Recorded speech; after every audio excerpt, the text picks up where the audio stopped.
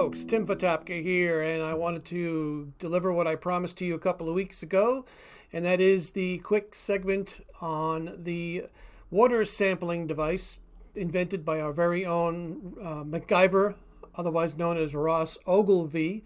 This was the water sampling device that he designed when necessity levels of walking around in the muck in Salem's shallow waters to draw samples for E. coli sampling a couple of years ago.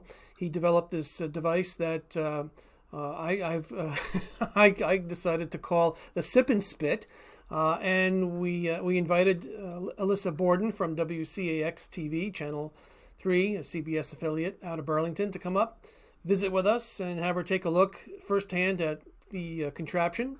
And here is her very good and very fine summary on that visit. Enjoy. Elissa, take it away. I went to Derby to meet one Northeast Kingdom man who took his water testing woes and crafted a creative contraption to help.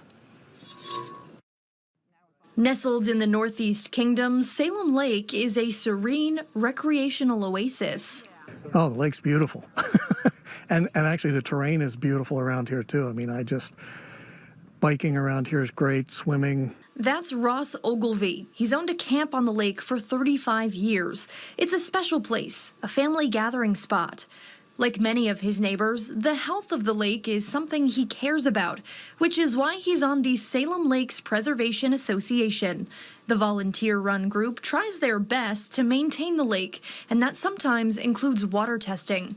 We've done that for years, and I've gotten more structured with it, with specific locations, and we go back to those every year. The group has been battling Eurasian milfoil, but things are looking up on that front.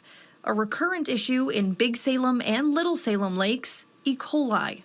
We monitor both Little Salem and Big Salem, and right over here was the highest it's ever been in the inlet to the lake. That's why Ogilvie tries to be diligent about testing the water, but it's a process. You have to put the bottle into the water a foot and then turn it over so that you get from a foot below, and then you take the sample back out and stuff like that. Samples need to be taken 3 feet deep. All the boats that were available to do that testing were party boats, and you're up like where we are at an altitude, and nobody had a boat that was on the water. That means Ogilvie had to get up close and personal with the mucky floor of the lake, and that was a pain in the boat. After years of getting stuck in the mud and losing shoes along the way, Ogilvie decided to engineer something to make the water testing process a little easier.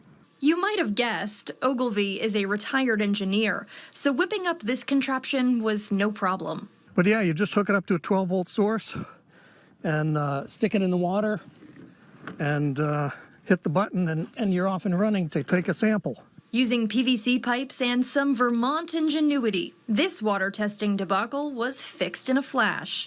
Ogilvie showed off his invention for us. And you're done. So far, so good, he says. His solution seems to be doing the job. Plus, it saves him time, energy, and a couple of pairs of water shoes, too. Yeah, it works great.